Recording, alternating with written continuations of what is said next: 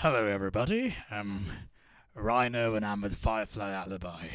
We'll be checking out some of his productions and his techniques um, as he goes about producing pop music and various other styles of music. And I believe you're going to show us one of your songs. Would you mind telling us what that is?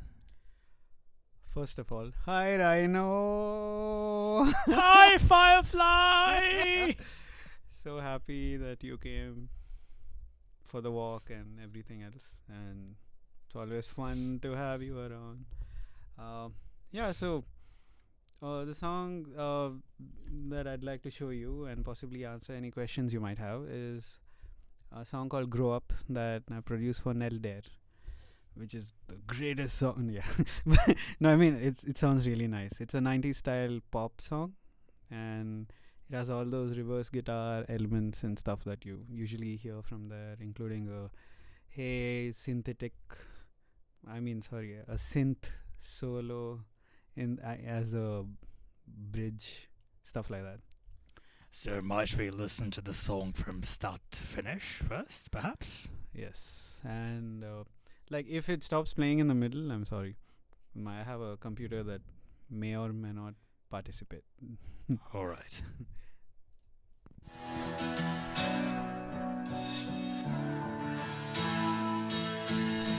Nice. We go round and round, so we know where the downward spiral escape the drain, swim for my survival. What I wanna say is that I'm doing okay. I got my head on, but you. I wanna go, but you stay the same. I won't get knocked down and dragged back again.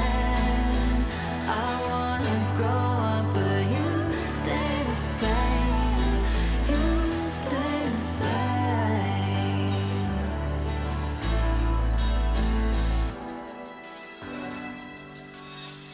Deep feelings, they bait the trap and they bring us back to the depths we made. You try to catch me with a blame, try to pull me in, you can't. I have risen from the pain. What I wanna say is that I'm doing okay. I got my head on, but you. I wanna grow up, but you stay the same.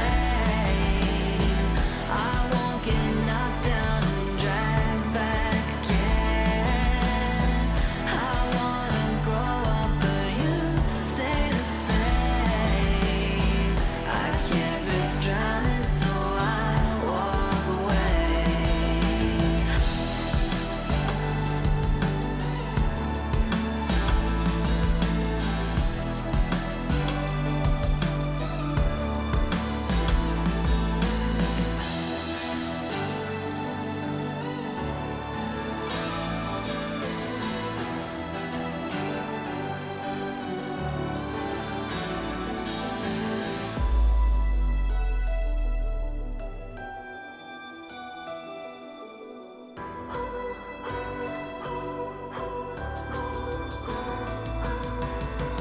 I wanna grow up, but you stay the same.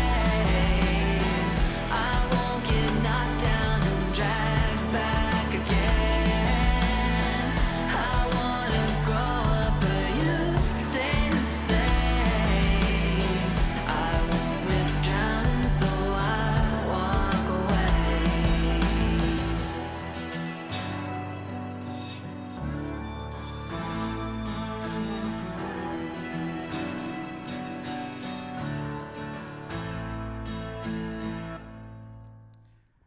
Thank you very much for that. So, the first thing that pops out at me is all the dynamics in the various sections that just they pop in and fade out very nicely. Oh. Can you tell me what that's about and how is that relevant to the style of music you're producing? Like, if you go to the very start, it's because it starts right there. Can you play it? Yeah.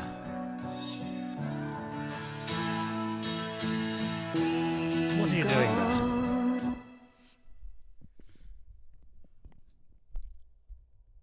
there? So, this is me getting camera shy. Okay. Ah, right. Okay, let's make this more interesting. Wait, Hey, wait. what the fuck and all you're doing there, Hey, man? wait, Tell wait, me. wait. No, I'll just tell you. With regard to dynamics, one of the key elements of a 90s pop song is that you sort of have these sections where, it starts off very slow, and so it's kind of like a bare bones. So you just have a couple of guitars and maybe like a piano riff or something happening. And in the first chorus, you sort of introduce some elements of the bass, maybe a little bit of drums. I don't think I put drums in the first chorus for this song. But essentially, you're trying to show what it sounds like if it could be full.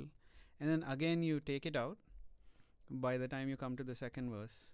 Except this time, you're like, it's has much more hype than the first verse, because there's like drums and there's like a bass line happening.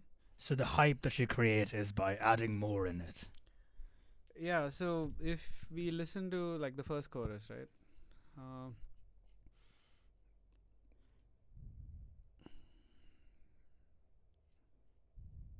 Just turn on the. You're soloing everything. Thank you. Yeah. Okay. Oh, it's except the vocals, is it? Yeah, except the vocals. So.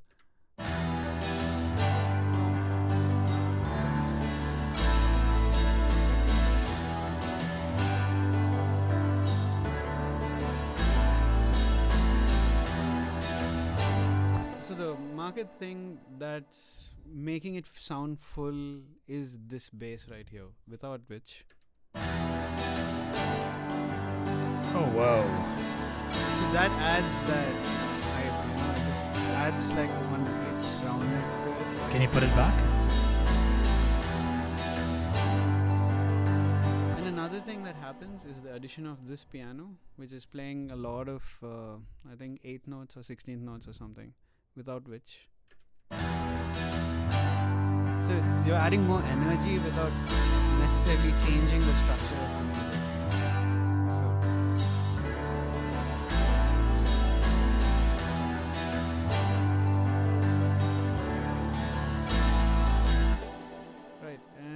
When we look at it in terms of the second verse compared to the first verse, this is the first verse.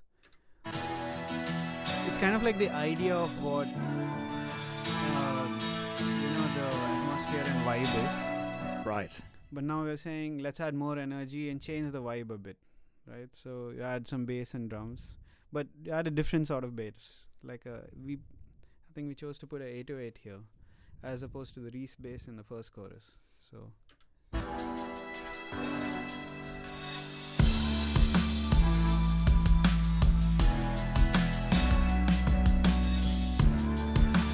Can you isolate the bass for us? Or remove the bass, actually. Just remove the bass so we know what it's doing. There.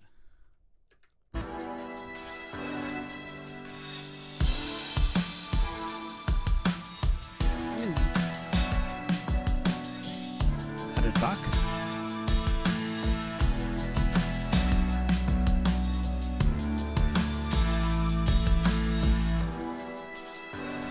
So that happens. Right.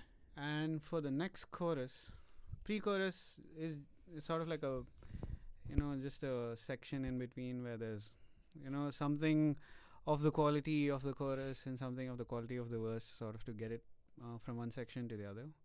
But the chorus, the second time, what it does is the synth solo that comes in the break, you put it as like a, like a low volume backing to essentially what was the previous chorus itself. So I'll put that in. I'll just take it out and add it back in. So this is what we have.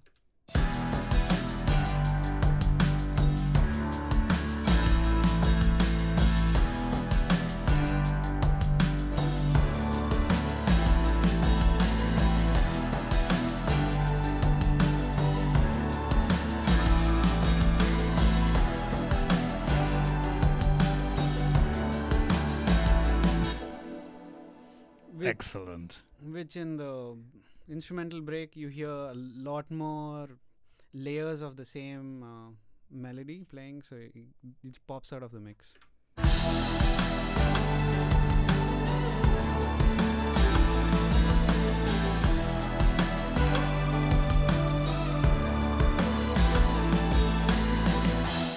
And finally, What's the synth that you're playing? Can you isolate that track for us, please? there you go. So the synth is actually a combination of 3 and 4 layers. So you have that, then this, and this. So together.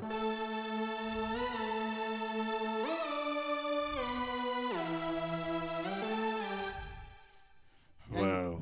Another thing we do for the dynamics is, in order to make the last chorus sound much louder than the previous chorus, is you add like this little section here which sort of just cuts away as much of the song as you can without like losing the vibe, with a that is that a dubstep drum bass thing that sort of disappears. It's kind of the thing where you do That. where.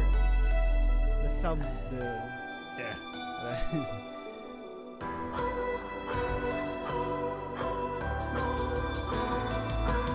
I wanna grow up, but you stay the same. I won't get knocked down and dragged back again. And the additional backing vocals also add to the anticipation, right? The yeah, those intermission. Yeah, Yeah. that's a nice thing. It'll be interesting to know that the second chorus and third chorus are actually, in terms of arrangement, the exact same. So it's that break in the middle that makes the third chorus seem louder. So that's what answers your question on dynamics. We make it more pronouncedly softer in order to make the impact more louder in certain sections. So it's like standing next to a shorter person to look taller. Or standing next to a blade of grass so that you're very fast in comparison. Right. Or wait, that came out wrong. Walking next to a blade of grass. I just pulled that. Have you seen Back to the Future? No, I haven't. The guy keeps saying make like a tree and leave, and it just makes no sense, which kind of what I just did. Right. All right, excellent. So now I want to focus on a couple of smaller things that you do here. You do a lot of these swells and fade outs in between sections. Like, is it something that's specific for this style of music? Or do you find yourself approaching music with those elements very often?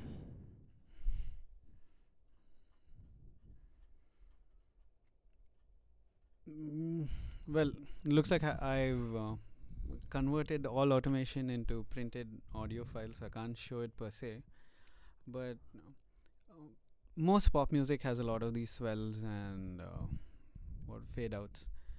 And I think like the easiest way to hear these swells and fade outs would be like if you heard Nicki Minaj in any one of her rap songs, you'll notice like almost every section the transition has a whoop. Oh yes, very big fan. Grew up listening to her. Yeah, Spent all of my life listening to. What did you say? Nicki Minaj. Nicki Minaj. Yes. Oh, yes. that person who you cannot remember. Yeah. She's your No, favorite. I really loved so her and Hassan Minaj had like a duo thing going on, and Okay. one of my favorite bands growing up. Yeah. Okay. Cool. Yeah. So I meant like after she became pop, and I do not know this Hassan Minaj phase, Right. but like in her modern rap songs, I mean more recent, like actually almost every recent rap song by her, every transition in a section you'll hear the whoop. So it does two things. One, it makes it easier for the listener to know that a transition is going to happen or it has occurred. And second, I think there's a sort of emotional tag to it. Like when the swell is coming in, you sort of anticipate it, and then when it crashes, it's like this satisfying conclusion. It's like you smell oregano and it ends up in a pizza. They're like, huh, not bad day. Not bad at all. Right. Thank you very much for that explanation. And yeah, I think I must have covered most of the song now. Like, Yeah, thanks a lot. yeah. So wait, let's walk a little, back from where you're at right now. Like you showed us the completed version of the song. We can edit this out if you don't want to do it. But do you want to talk about the process that you know, deploy to work with somebody, especially somebody that's halfway around the world, different time zone? And I'm guessing that must have brought about a lot of challenges. Like, how did the two of you collaborate? I would love to ask her the same question, but I want your perspective on it. Well, the first thing is time. Time answers all the. Like, it solves everything. Like, if you hurry or you like push the other person, you possibly never finish a song. But if you just give them time, like, because they have their own life going on and I have my own life going on, so you just give each other enough time. I think so. We actually started this song maybe 1.5 years ago. Whoa. Yeah, and it's just you just don't give up. Like So we'll, it's a slow burn. it's a slow burn, and it's not like, oh, it's been 3 days and nobody talked to me, so the song's not. I mean, that's not true. And so the song actually started with me sending, I think, this with some whiny lyrics. I mean, not lyrics, whiny melodies that I tried singing, which, I mean, maybe part Do you of. want to show us that? I don't have that with me right now, but All right. but essentially this is what I sent Nell, saying, "Hey, I got an idea for a thing. Would you wanna work on it?" So it's sort of this.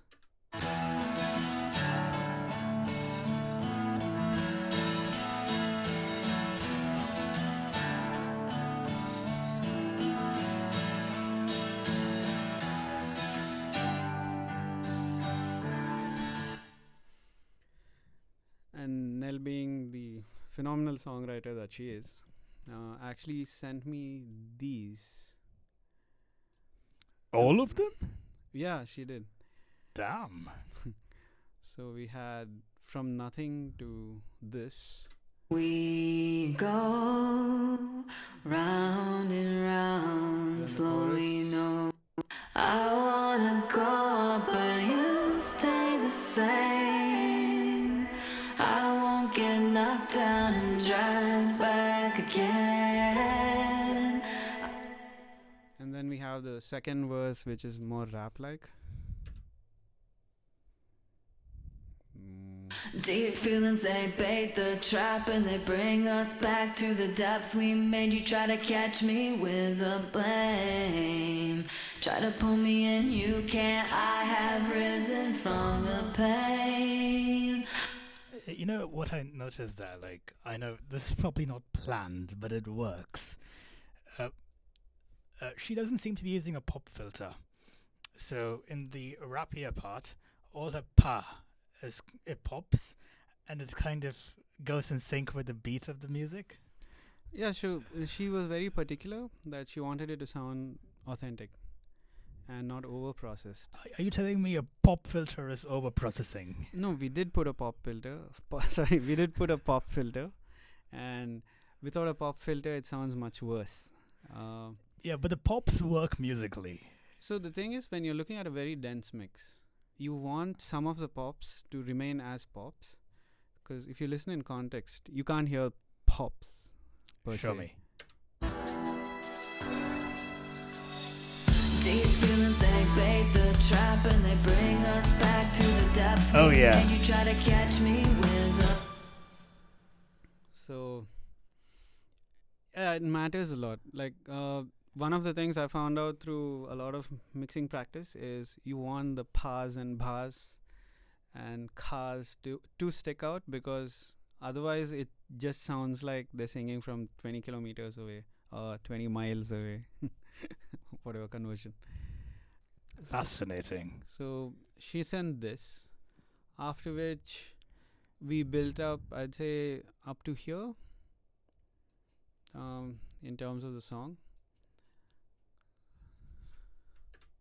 Deep feelings, they bait the trap and they bring us back to the depths we made. You try to catch me with a blame, try to pull me in, you can't. But then she sent me drums over, and after she sent the drums, it just started sounding like a complete song, which is. Deep feelings, they bait the trap and they bring us back to the depths we made. You try to catch me with a blame, try to pull me So in. I want to backtrack a little bit to what you said about this thing took a year and a half. Could you give me like a rough timelines? Like, what were the parts that were in the first couple of months, and how does it look like in terms of this flow? And where I want to connect it to in this conversation is, did the time like help the two of you really get each other's vibe a little better? Like, what did that look like? There must have been starting pains and. Well, first of all, this isn't the final version. This is a pre-final version. The final Damn, there is one, more. that has like much better mix. I mean, there's a lot more stuff done to it to make it get ready to like radio ready quality compared to this. I mean, but this is a pretty good mix we're looking at.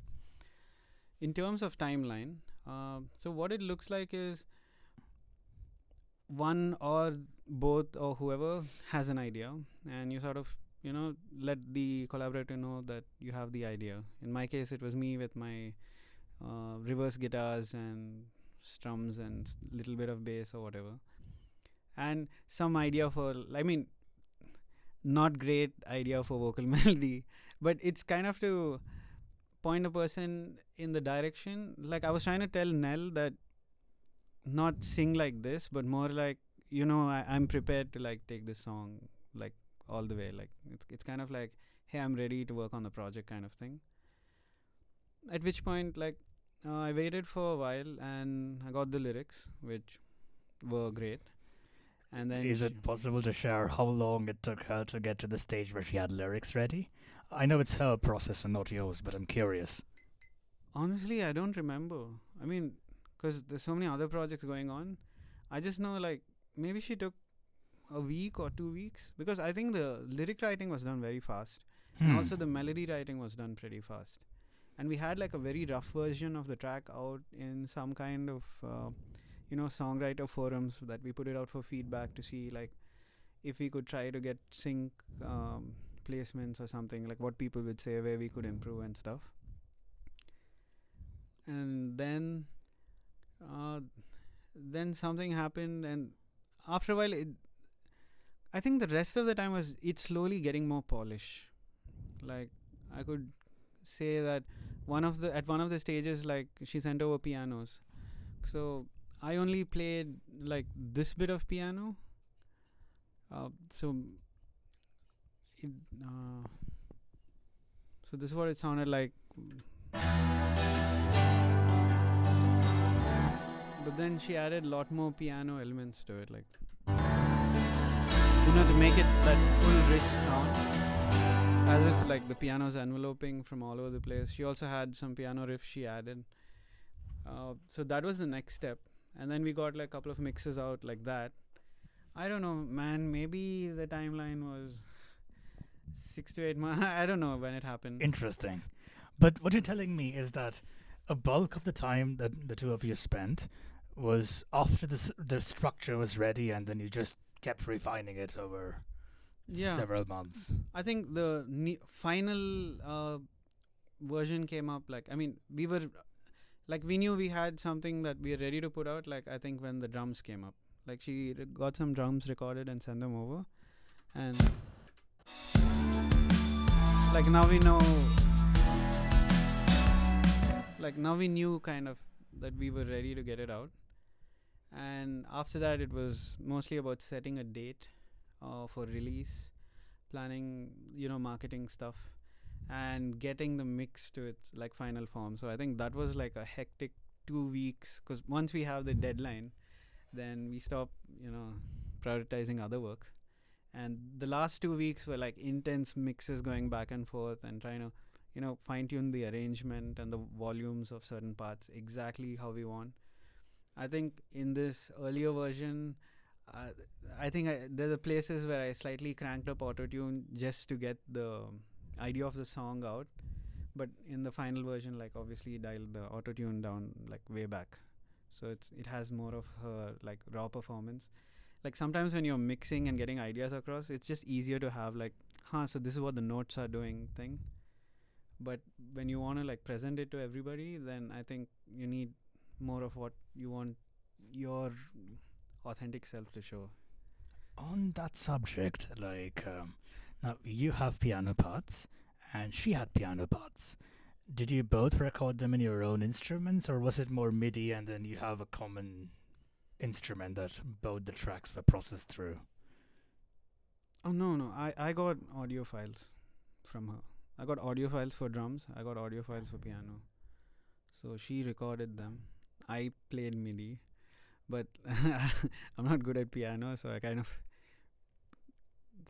half played and half imagined and half wished it into existence. Right. And 3 halves, by because I'm not able to make out that much of a difference in both the sounds, is it more to do with the way you mixed it? Like, surely it can't have been completely identical.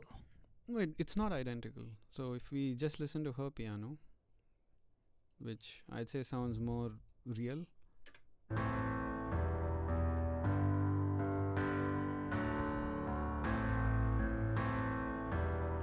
All right. Versus mine, which sounds more like, I mean, people who know will know that it's a synthesizer. Oh, right. Completely different kind of a patch. But together they sound like part of one track, no? Yeah, I mean, that's the mixing. So mixing, you can get it there.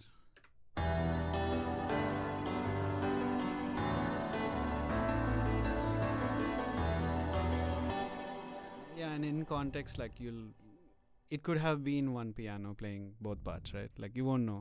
I wanna go, but you stay the same.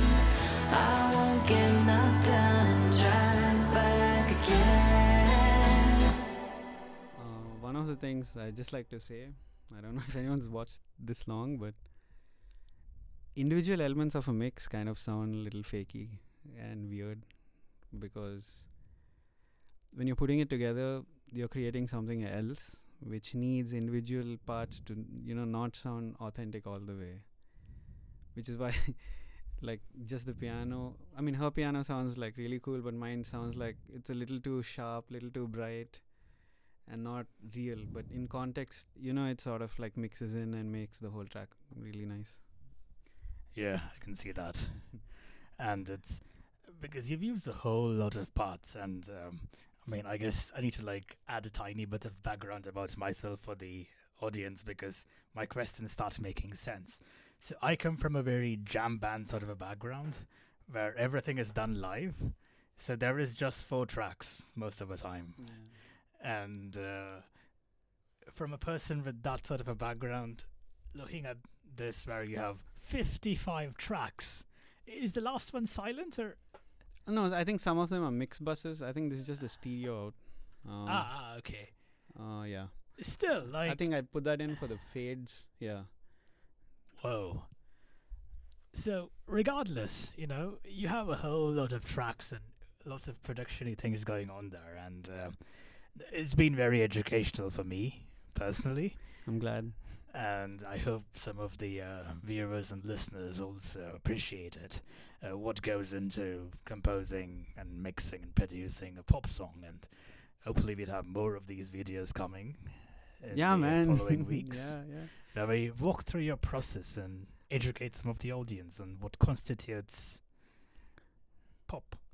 Yeah, man. And we can show them the genius that you are as well. Like all your inventions and ideas and stuff. Very cool stuff. All right, shall we end it? Yo.